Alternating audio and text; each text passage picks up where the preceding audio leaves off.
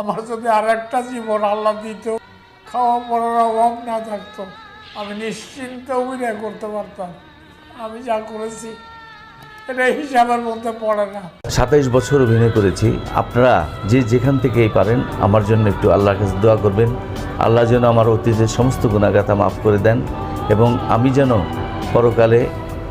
পরকালে যখন যাব তখন যেন আল্লাহর কাছে আমি আল্লাহর যেই প্রাপ্য সেগুলো নিয়ে হাজির হতে পারি। প্রথমতই বলবো, আমি যদি মরে যাই আমার সব ভুলের জন্য ক্ষমা চাই সবার কাছে, ক্ষমা করে দেবেন আমাকে। লাশ যেন কাউকে দেখতে দেওয়া না হয়, অবশ্যই এটা খুব সিক্রেটলি যেন কবর হয়ে যায়।